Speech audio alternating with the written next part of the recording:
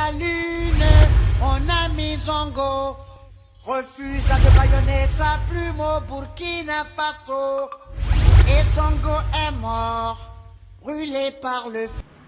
Actualité, lelo ezali makasi na RDC yango to sepeli ko partager ba opinion ya ba Congolais, surtout ya maître Benoît Chibangu Ilunga oyo azali cadre na oyo babengi Union pour les valeurs tshisekidistes IVT.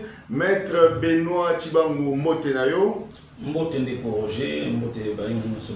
on a présenté aux alliés membres cadre ya IVT au Kamami na vice-premier président ya premier vice-président ya Sénat président Kalala boni président Nabinom le sénateur Kalala. Oui, président Bichoaza Kitoko Makambo so très bien pépélé. Toujours ma pointe, il est toujours pour ça là où il est signé pour n'importe quel qui est liboso. À ça la mission naie, dans le cadre il y a pour ça que ça m'oka partout où le devoir l'appelle. Donc Azali naie, président Abisso, je vous salue mon président, honorable premier vice-président du Sénat, président José Kalala Wakalala.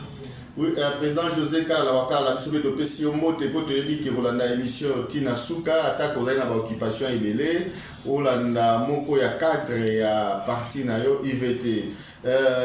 Maître Benoît tozali ko ba émission na biso tozali na on ebandeli motuna ya liboso ezali sortie médiatique ya ancien ministre honoraire ya finance ndeko Nicolas Kazadi asalaki sortie médiatique alobai makambo ebele population c'est là naki yango na ba réseaux sociaux eleki partout na Facebook na TikTok na WhatsApp partout batu balanda yango tina moko to bandele ezali te mais toseni toyeba kaka moi opinion na yo par rapport ya makambo oyo ndeko Nicolas Kazadi alobaki.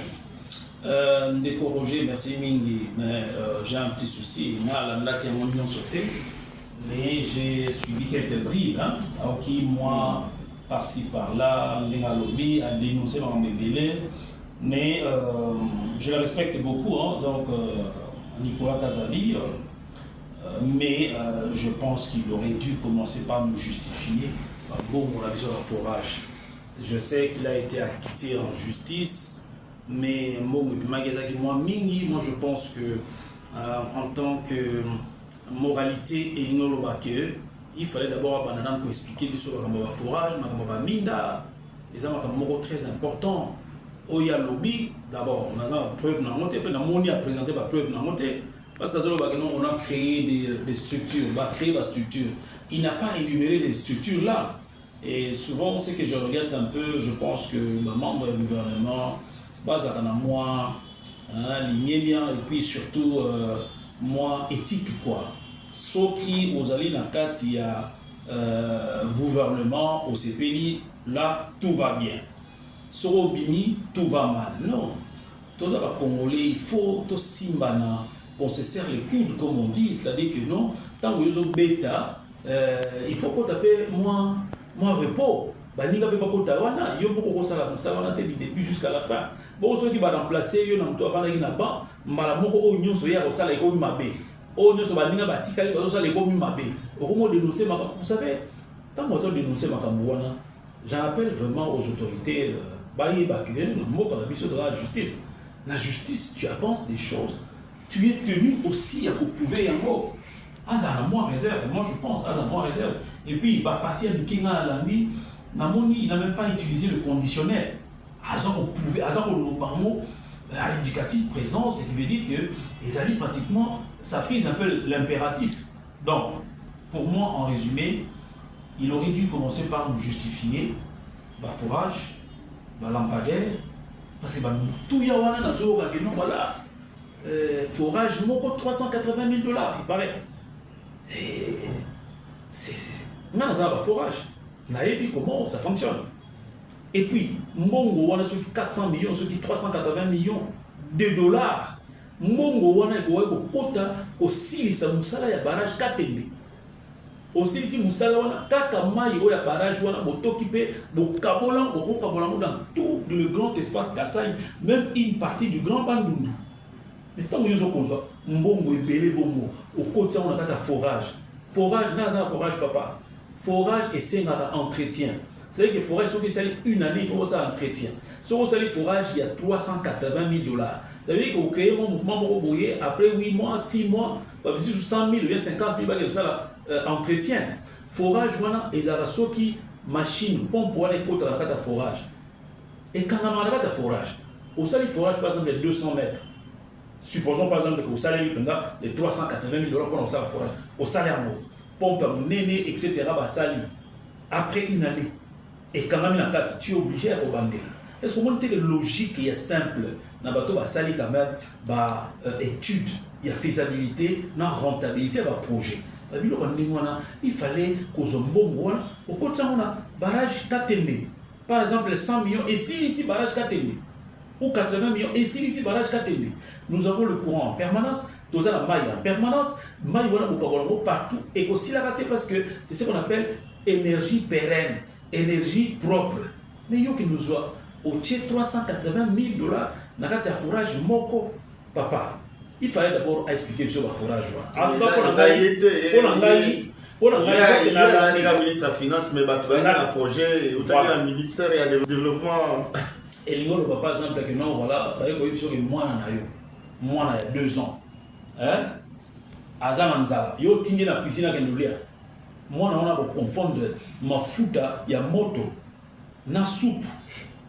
Aziki, yo, oh non, non, papa, c'est pas la logique. En tout cas, je pense que je peux m'arrêter là pour le moment parce que l'éthique, quand même, les amis, yo, au travail, à niveau écolo, il y a l'État.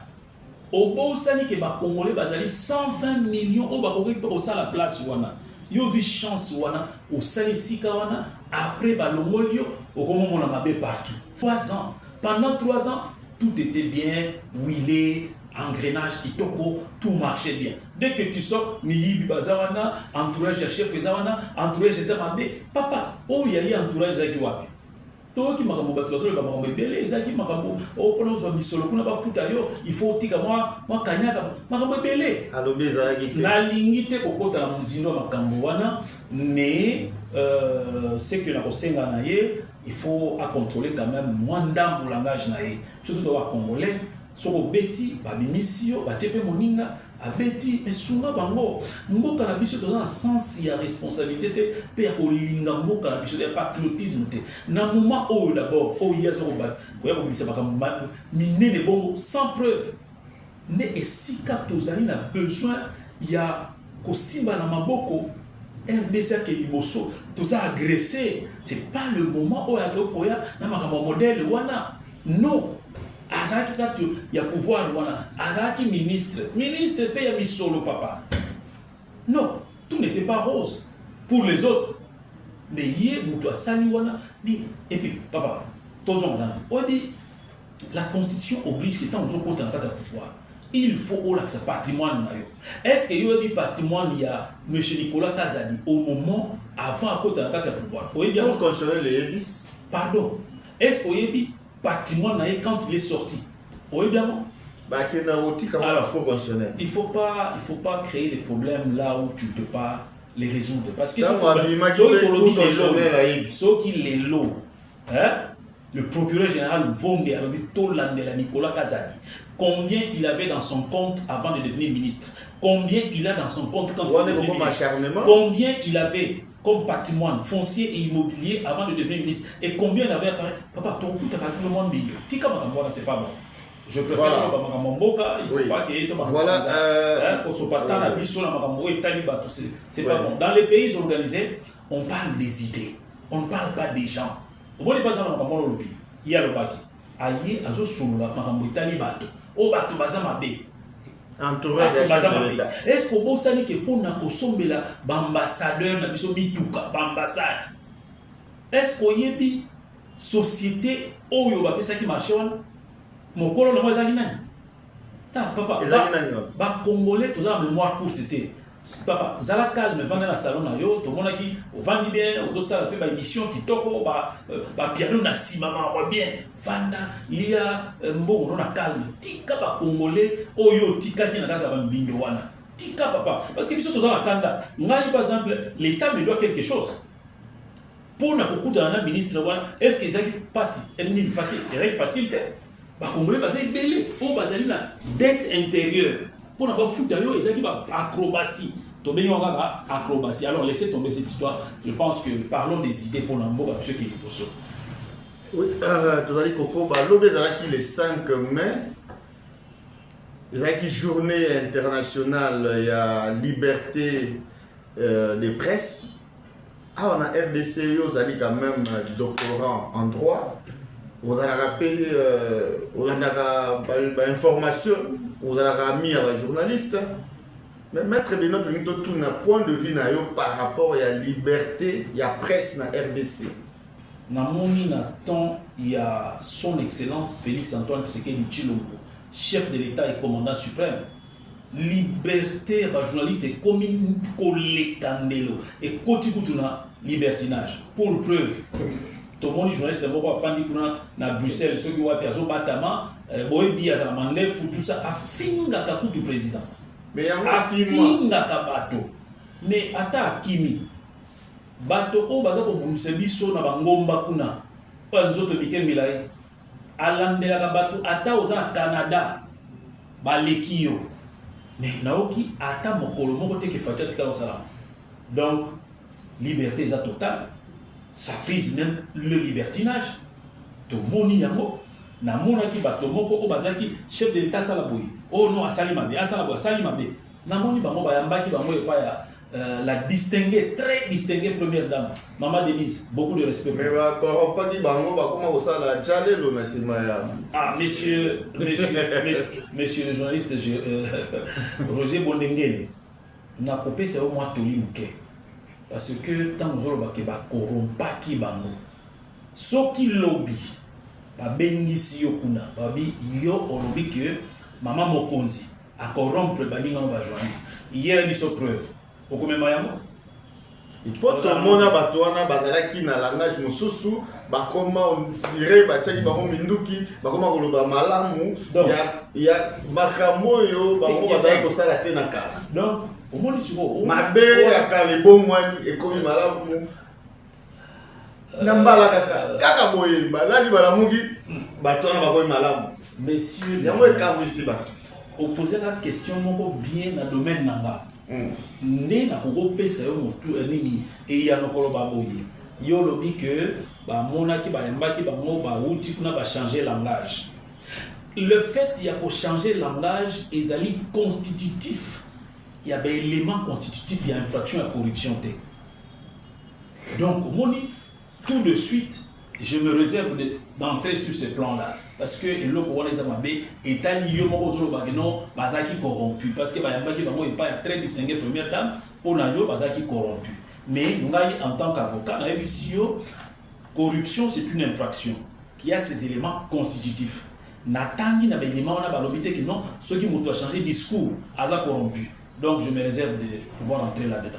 Voilà, tozali koko ba émission na biso avant to aborder maman na likamo to si sana no ba moi ba mususu oyo tokoki komona nete ezali un peu ezali makasi penzate maître Benoît ozali avocat munene na mboka oyo ozali doctorat en droit tomonaki ba fundaki ndeko Matata Ponyo na niveau ya convoqué na niveau ya cour constitutionnelle pour na resamba sur dossier oyo ya Bukanga Lonzo mais ba ndenge ba memaki convocation invitation na kendeki assemblée nationale ezalaki contacté et pour na relever ba immunité na ye mais président de l'Assemblée nationale pe abetaki moi seta lobino ba sala ka bongo te il faut contacter l'Assemblée nationale toyebite biso tozo monango flou. Tu dois comprendre que en tant qu'expert en droit, expliquer à nos populations,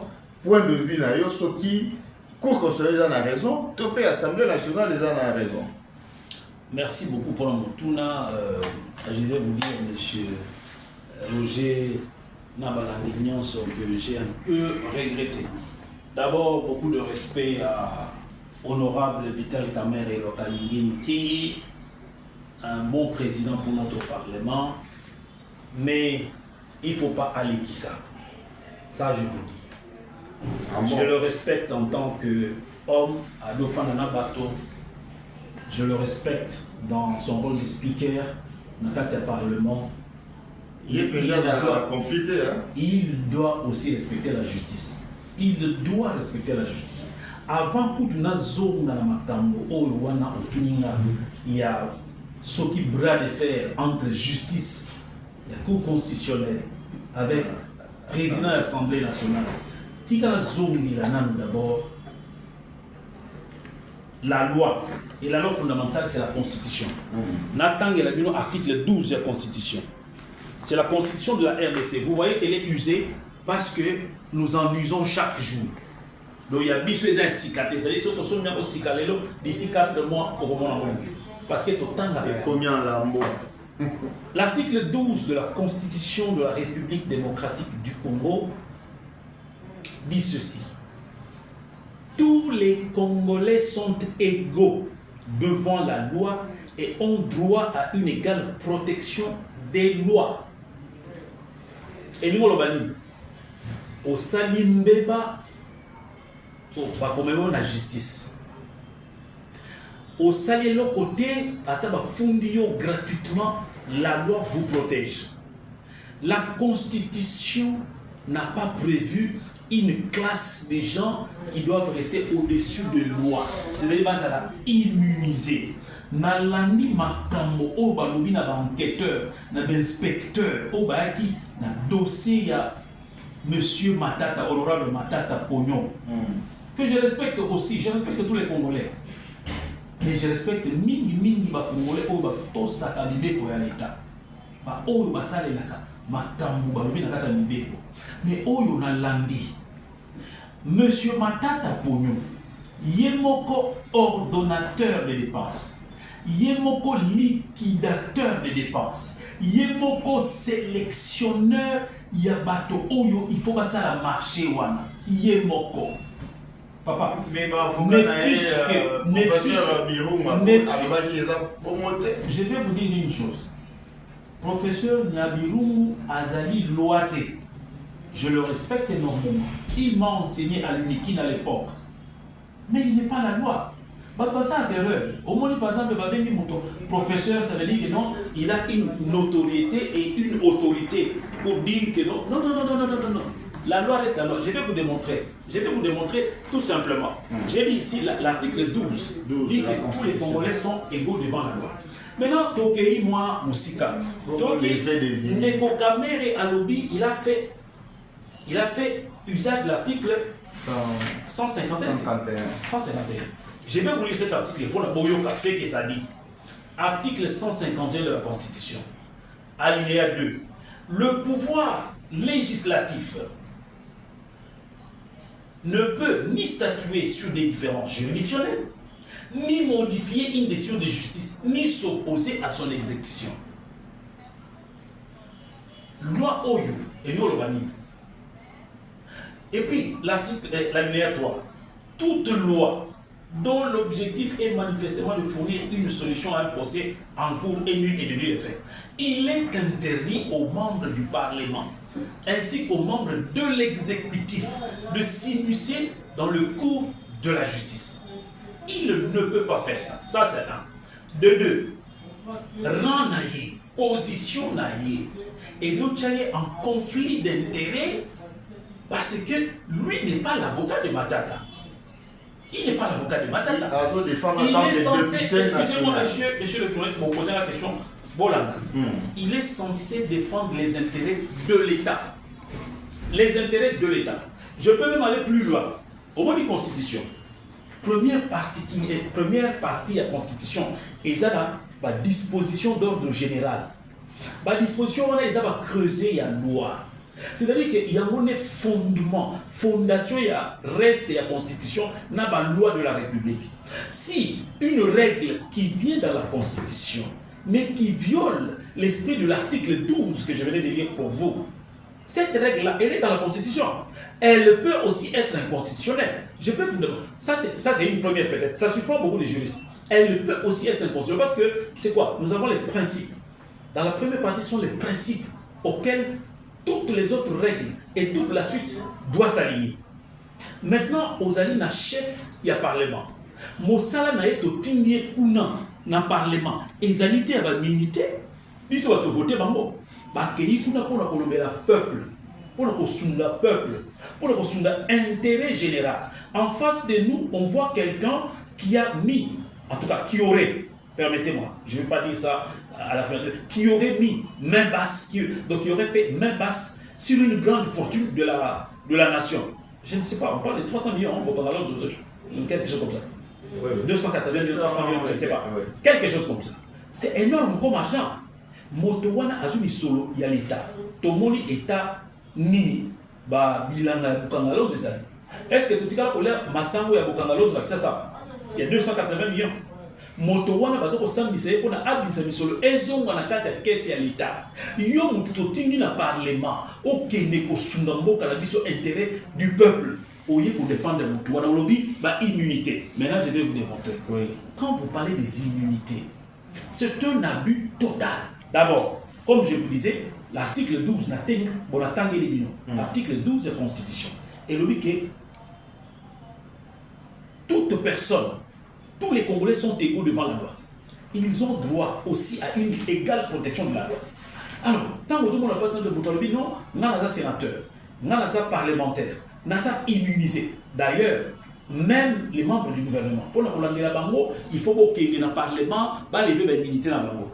Mais moi, je pense que c'est un chèque en blanc offert à ces personnes-là pour que je peux proposer une modification dans la loi, même dans la Constitution. Les immunités ne doivent pas avoir pour rôle de couvrir les bénéficiaires d'immunité lorsqu'ils ont commis des infractions délibérément, c'est-à-dire volontaires. Et puis, immunité et coquille jamais couvrir mon tout tant en dehors du parlement. Immunité dans le parlement et l'union couvrir yo tant aux parole. Attends fini président de la République, au fini procureur, au fini général, au fini nani. Mais dans le cadre il y a exercice il y a droit il y a parlementaire pour nous sunga intérêt public vous êtes couvert. Mais non yo je solo à l'État aucun nango ebungi tolo bakaka ebungi. Parce que justement, jusqu'en ce moment ici, la Cour est censée être en délibéré. Misolwana et Bungi. Parce que c'est après que nous saurons. Et Bunga qui a moko et s'est volatilisé au bien. Et Zani yo aux yeux au tchama poche ma benganayo au kimeli nango au kesala. Oye bien, na kenei na kindu na kuti matata sali musala kitoko. Asali université na mon université officielle na mon université matata ponyo.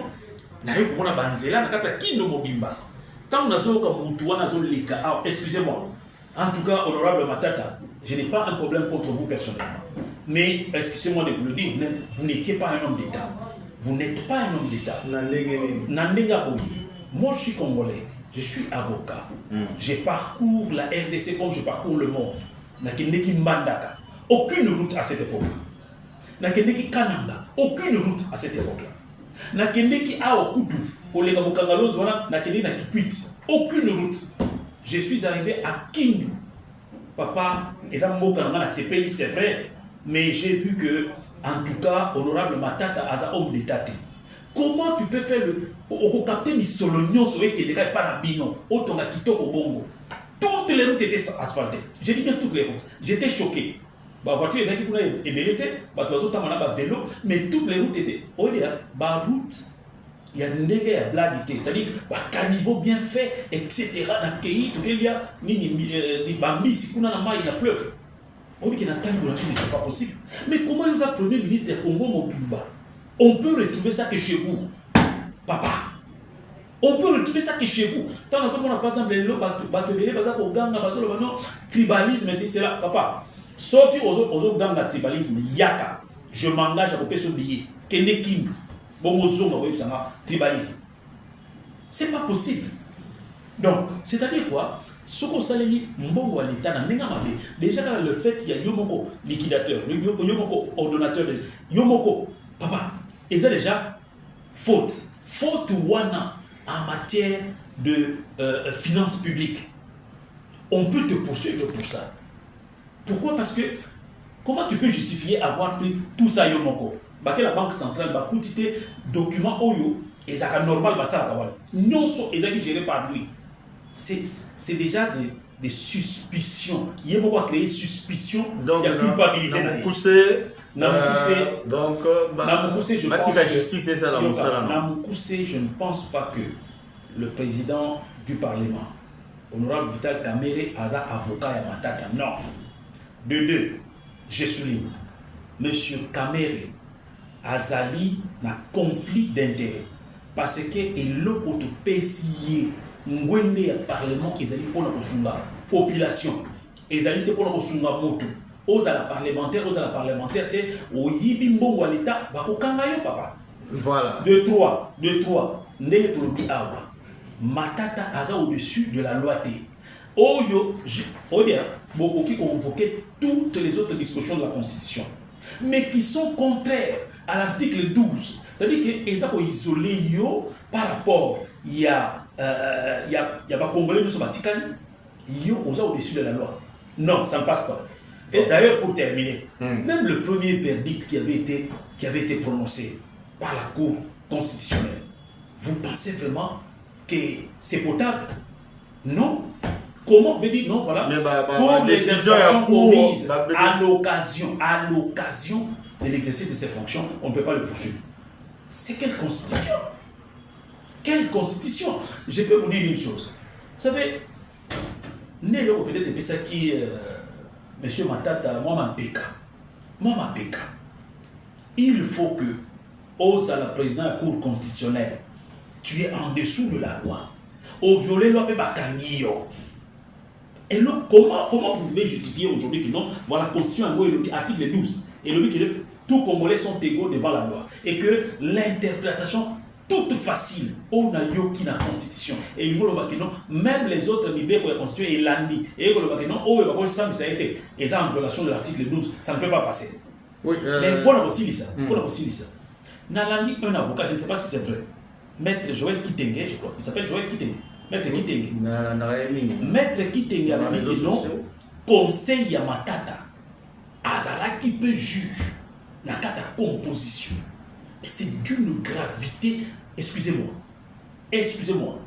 je connais beaucoup d'amis, on a de bonnes relations avec les gens, mais devant l'intérêt. Excusez-moi, mais devant l'intérêt de la RDC, je ne négocie pas. C'est comme notre président. Félicitations, Excellence Fachi. Commandant suprême, il ne peut pas brader les intérêts de la RDC. Moi non plus, je ne peux pas brader les intérêts de la RDC à travers des décisions de justice farfelues. Oui, c'est pas possible. Voilà. Et donc, Matata, en réalité, je vais terminer parce qu'on posait la question à Matata. Non, on a 5 minutes, on posait la question. Je vais te dire une chose. Au moins, par exemple, que M. Matata disait, je suis prêt à comparaître à tout moment. Tant que il faut pas s'enlisser. Il y a un argumenté. Tout professeur qu'ils sont, ils argumenté. Et pour essayer de se cacher, oh, c'est la chasse aux sorcières. Ils ont des règlements de compte politique. Papa, est-ce que aux humains au Canada, oui ou non? C'est une question simple. Est-ce que yo mutrozaraki ordonnateur, na liquidateur, oui ou non? Ce qui yo, expliquez-moi, c'est tout ce qu'il y a. Non, je ne peux pas comparaître. Non, papa, tout ce temps, tu as accepté de comparaître parce que tu étais dans ton confort. Ngaï, en tant que Congolais, vous excusez-moi, ça c'est mon point de vue, hein, c'est mon opinion. Vous excusez-moi. Mais en tant que Congolais, on doit être redevable. C'est-à-dire au sali du Kambo, au sali de Mabé Bakangi, au moins le président Sarkozy. Bakatele tout. Azo bisu nanda kuna été a commis un bracelet en tant que président, bakanga bango na sens il y a résidence surveillée, vous comprenez? Il y a la boulot. Si vous le bien, non, moi je suis au-dessus de la loi. C'est une très dangereuse jurisprudence et roti karaté parce que ça fragilise tous les secteurs de la nation. Oui, Maître Beno, on a 30 secondes pour nous répondre, puisque la question, moi, j'en ai Kokana, Makamura va lever immunité, tout ça, il y a Ndeko Joseph Kabila, président honoraire de la République démocratique du Congo, le ministre de la Justice Constant Moutamba a signé na Sénat, va lever immunité pour ba kangaye na sima pour na makambo, il y a rébellion na est ya RDC. Est-ce qu'il y a des sénateurs élus comme sénateur ou bien des sénateurs à vie, à la prérogative constitutionnelle pour ça est-ce que vous le faire mon engagement? Je attends que je reste éclairé dans mon opinion. Je vais vous dire une chose, c'est que j'avais beaucoup de respect pour le président Kabila. J'avais énormément de respect pour lui. Parce que, à cause des silences naïfs, ça s'interprétait comme de la sagesse. Mais lorsque je vois autant de morts dans la partie est, il y a Mboka Nabiso, et que le président honoraire Joseph Kabila n'a pas eu un petit mot de compassion, il y a moqué. Soki ya solo yo lingi ba congolais na bité tant nous on appelle ba kimso oganga ya papa soki moto wana alingi ba congolais au moins congolais ta moko akufi baza ko beta obi ke tant na moni ba image ya Goma bazui bébé na maternité bébé ya mwana mwasi 3 jours bazui mbeli ya ba sola ba bengi ba honnête ba koti mwana na bazo balola boyi ba bambi mwana na mur. Aucun mot de compassion de la bouche de Joseph Kabila. Aucun mot de compassion. Comment voulez-vous que moi, Chibango, je viens de dire par exemple que ce monsieur-là mérite même d'être protégé par la Constitution? Tant au président Lobaki Awakino, c'est Joseph Kabila, beaucoup de gens. C'était vent debout, hein. Tout, ah non, pourquoi Lobi? Alors Bakiango. Mais Bobo savait que chef de l'État n'est mieux informé de tous les Congolais. Le premier citoyen, c'est lui qui est le mieux informé. C'est-à-dire que Ezra Denia, Ezra Ané, Ezra service extérieur, Ezra service intérieur, quand il parle, il est sûr de ce qu'il dit. Les lots, c'est que Nakamwe Ezali que erreur y a sali, avec la protection totale. Non seulement la Constitution, mais il y a l'Orwana Outaliba, ancien président élu. Chef de corps. Est-ce qu'on comprend que avant qu'il sorte, Bazu l'Orwana. C'est-à-dire que c'était une loi taillée sur mesure. Est-ce que Mouni est belé à l'issolo Zamano? Nini a eu un modèle wana, babo maba congolais, yé ndenge toyoki, kayaki na Goma. Au bon erreur la salaki. Erreur la salaki. Est-ce que ça a sauvé que ça a été parce que biso peut ndenge toyoki. Ça veut dire que moi je ne suis pas sûr. Moi je ne suis pas journaliste, c'est comme vous. C'est vous qui pouvez me dire si c'était vrai. Mais toyoki que ayaki na Goma. Asali rétropédalage. Mais tant que mon qui kaya kolobaki non, azakuna. Tomoni ba porte-parole ya Katumbi koloba azakuna. Si pour bangone bakuta kanaye, bangone basola kanaye, tango bango balobi. Biso ba petit peuple, qu'est-ce qu'on fait? On croit histoire ngando na ngolo na. Non, kas yo yebi. Mbisi abina émission non, na tiki ngando batange pana ya zolela. Ah non, ocha te meneni. Si quand on moni que tout le peuple va dire non. Asali Mabé. Mais c'est erreur à mon. Mais pour conclure, moi je pense que aucune loi ne peut créer une classe yabatumon au-dessus de la loi. C'est-à-dire que dans l'article 12, yo congolais, bapesio sénateur à vie, aux amis solo nayo, obimi bien, oyaki de l'autre côté, aux zongi na biloko belé, au commentant la budget, au commentant oyaki na bien na liberté bakanga sur 34 voitures ce qui combien. Papa, yo ce sont pas 30 voitures na vie na. Aux amis monsieur Rosoman. Ne nous dans 30 voitures. Non qui pour na kachamata ceux qui 17 voitures ceux qui ba Jeep et bini. Vous comprenez, c'est que nous moi ba indice ya moi aisance. Mais on zo lukani. Et puis aux autres canines, il faut que... Non, et puis pour terminer, papa, dans le bika encourage les balobaki. Mais il y a mon baki qui devait rentrer en RDC par la partie Est. Il y a mon balobaki. Non, mais Est, il goes à la Ituri, il goes à la Kalemi, Ituri, Katanga. Ituri, Moni, Bazo Boma Batuna modèle. Bazo Boma Batuna modèle. Est-ce que, bon, je vais vous mettre à l'épreuve, hein. Monsieur le journaliste, produit Ngaï un seul mot prononcé par Joseph Kabila. Il y a compassion par rapport à Bakoufina Ituri, la partie est. Guerre, il y a Kala, tout le monde a un mot, Banda Kala, tout le monde a pu dépester, va condamner, va faire la moindre compassion. On est dans la gare pour nous. Comment ça a été, messieurs les journalistes de Ngaï Nazali au cadre, il y a UVT, Union pour les valeurs tshisekidistes. Et je vais vous dire, lorsque vous citez Feu Étienne Tshisekedi, docteur Étienne Tshisekedi, l'heureuse mémoire, il faut le citer avec beaucoup de respect. Avec beaucoup de respect. Papa wana Koufi, a tika le Simba Makila et Bakite. Papa wana Koufi a beau y avoir compromission. C'est-à-dire que non, ok, on soit mais il y a réservé a beau y avoir pour l'intérêt du peuple. Alors qu'on compare na bato o ba ça to moni di bekotika. Et d'ailleurs, je vais vous dire une chose, o ba dans ça. À l'époque où la marche de l'Afdel Bazoya Awa, je me suis retrouvé en mouvement et bloqué là-bas, avion ils ont quitté. Maintenant, à part que le Bassaki sur la Kisanga, les autres sur le reste, il venait avec les acclamations de l'UDPS. Qui ne sait pas que l'UDPS Azaki applaudi et aimé par tout le peuple congolais comme le premier parti politique à Boundé Moko. Papa, je vous ai dit que je parle sous la bénédiction de mon président, honorable premier vice-président José Kalala. Donc, c'est-à-dire que Tozana logique na biso, Tozali na conduite na biso. Au sein de la bêtise solo que non, voilà, José Kalala la salle mabé. Au sein de c'est pourquoi vous voyez notre parti politique Ezali Union pour les valeurs tshisekédistes. Donc, ceux qui montent, y est à côté d'un pouvoir pour les Congolais. Balongwelio, Okei Kuna, les mêmes Wana Azana Batunaye, oui Papionaït.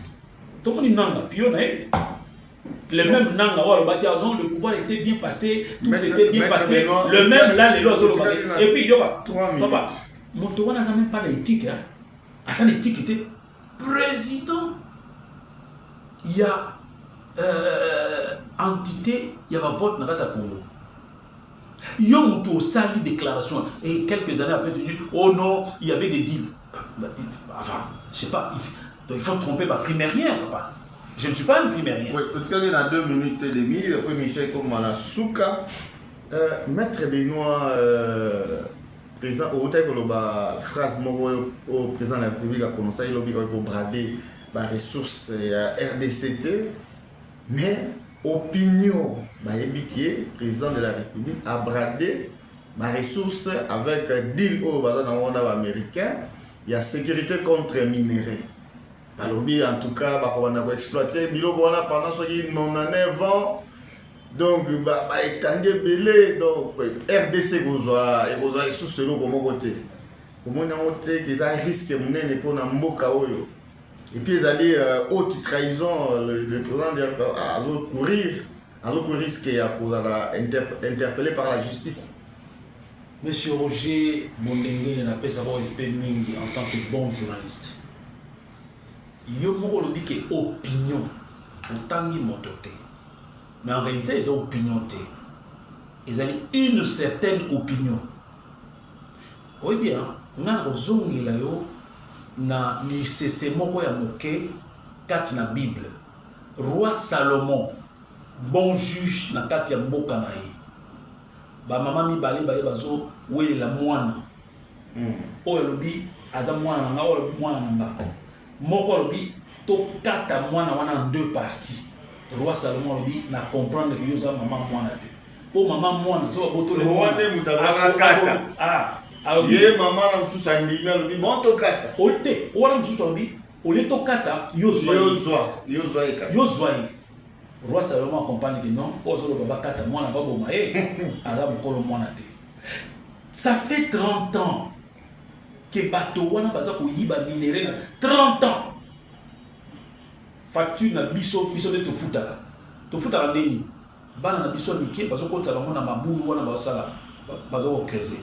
Bakuti yo mwana 14 ans 16 ans ba enrôler de force na kati ya ba mouvement na bango wana otete me ba kati mutu mais les loyo bato wana to benyi bango ba américain parce que bato na ba yiba ba inote na ba américain ne bango ba sana ba technologie ba américain ba ndimi ba solula président na biso lobi deal il y a minéré contre 1. Sécurité. 2. Défense ya mboka. 3. Win-win, ça veut dire non, yo ozwi ngape na zu. Bato wana ozomona bazoki nota. Zela, bato wana bazoki nota molaka partout. Ote, azo brader tout ça. Mais on dit, nga aza juriste. Et loko moko ba sémission na droit. Il n'y a pas des infractions putatives. C'est-à-dire que non, yo lali, olamuki, oh, balaksina ndoto, et pas il y a Emmanuel Jésus-Christ, que tu sais qu'il y a oté minéré. Non, on ne pas juge, il dit non, monsieur, apporte-moi la preuve. Et l'autre escalé mi kutu nanoté. Mais pour la kaboyoki que non, guerre aussi là, qui n'est aux zonda, ba congolais ba ozala bien, pe ba ko bénéficier de minéré na bango, bino bozui bendele na bino auto tango le biso yewana na Qatar. Biso yewana na Washington. O biso tokomi na agenda ya paix. Yo oza agenda ya paix. Est-ce que vous êtes politicien? Mais ndima kaka le kawana oza ndekolanga Jean-Pierre Bemba. Excellence, VPM, le sabre. Alors, les politiciens en robe, batamboli si quoi, batambola partout, oh non, bossala yangote, bossala ceci, bison de toko. Est-ce qu'il y a besoin d'un mandat électif? Parce que pour engager le peuple et parler au nom du peuple, il faut que vous soyez élu par le peuple. Bah, messieurs, voilà, besoin d'un mandat au peuple pour la batamboli. C'est vrai que les Congolais, comme on dit, quand la case brûle, hein, et on retourne à tes noms, au voisin de Solaranaye, après on se fait maïté pour un bon moment. Ça c'est vrai. Mais ça, on en est bien. Quand on dit que non, voilà, ça va, beaucoup, nous, c'est à côté que nous, à côté, et à te quitter. Vous voyez, c'est très simple de juger ces gens-là. À côté, est-ce qu'à te quitter déjà? Non.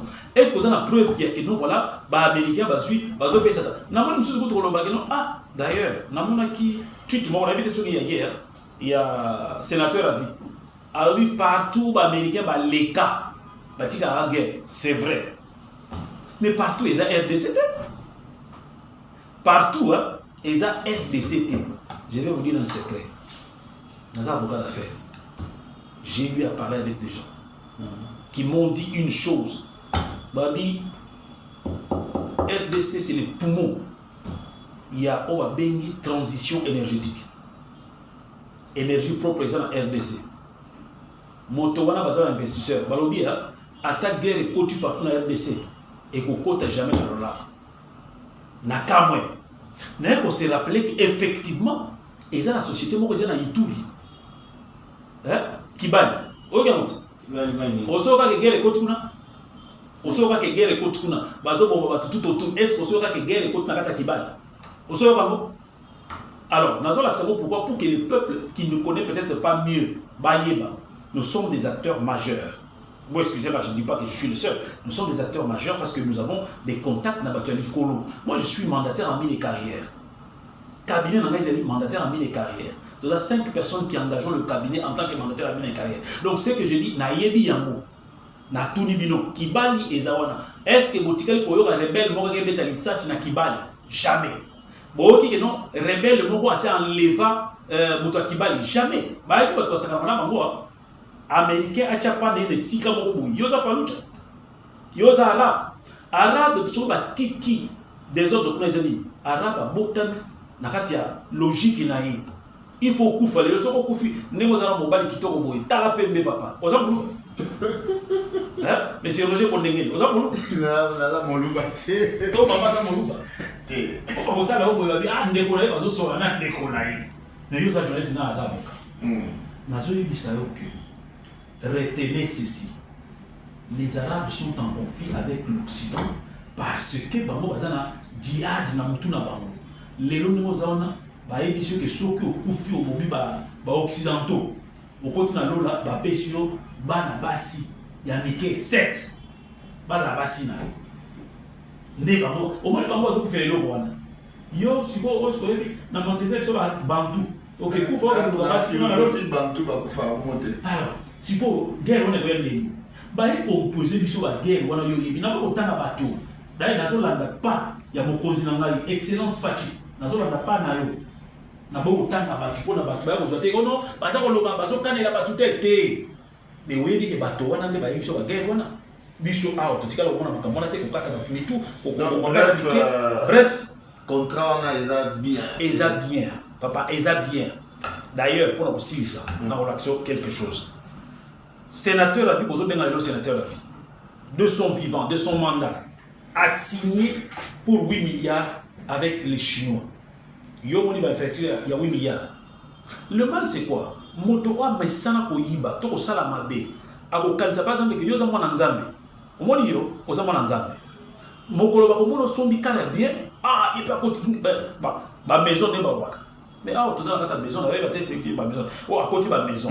Pour ni pense que bango ba kota ba maison. Alors na idée na bango, mutu nyonso pona koma, il faut ba kota maison. Omoni, j'étais en vacances sabbatiques. Vous êtes les premiers au convaincre que na zo sous na dimension Nicolas ni bosso micro. Na aussi bisana exemple moqué. Si na zonye pas na. Bon on est ministre wana.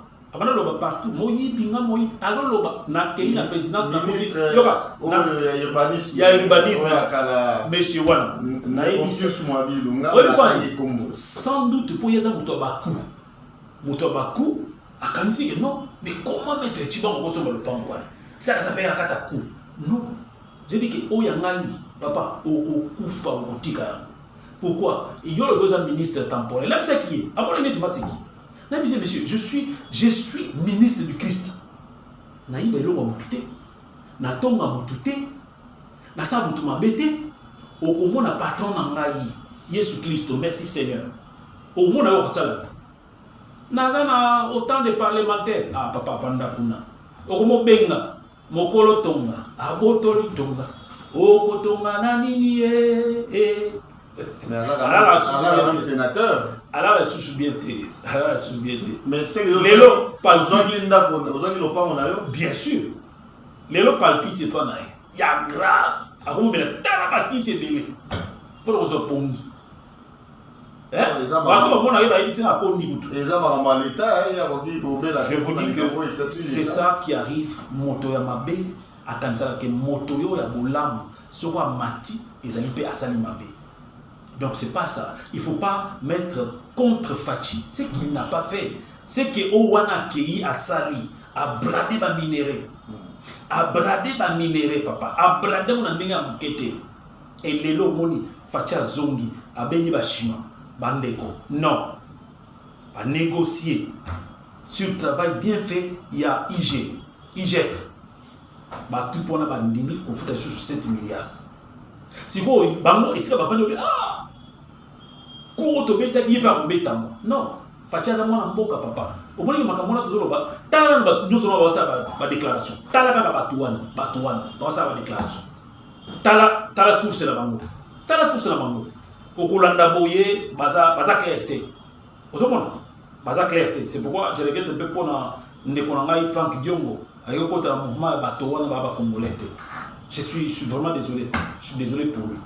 Voilà, voilà boti kolanda makanisi ya maître Chibango Ilunga oyo azali cadre ya UVT parti oyo kamambi na ndeko José Kalala yango na bosanaki na sangisaki président parti politique na cadre na ye oyo touti ko yamba na émission oyo to komi na suka merci mingi na ndeko Jires Abongo oyo azwaki bilili to bosani te ndeko Gilio Chituka Hero oyo a monté pe abongisi a édité émission to pesi mbote na Aimé Elegance na Rotterdam na Pays-Bas chapeau bana yo po olandaka biso chaque fois to komi malasima kimia bisika bozali. Au clair de la lune, mon ami Zongo refusa de bâillonner sa plume au Burkina Faso.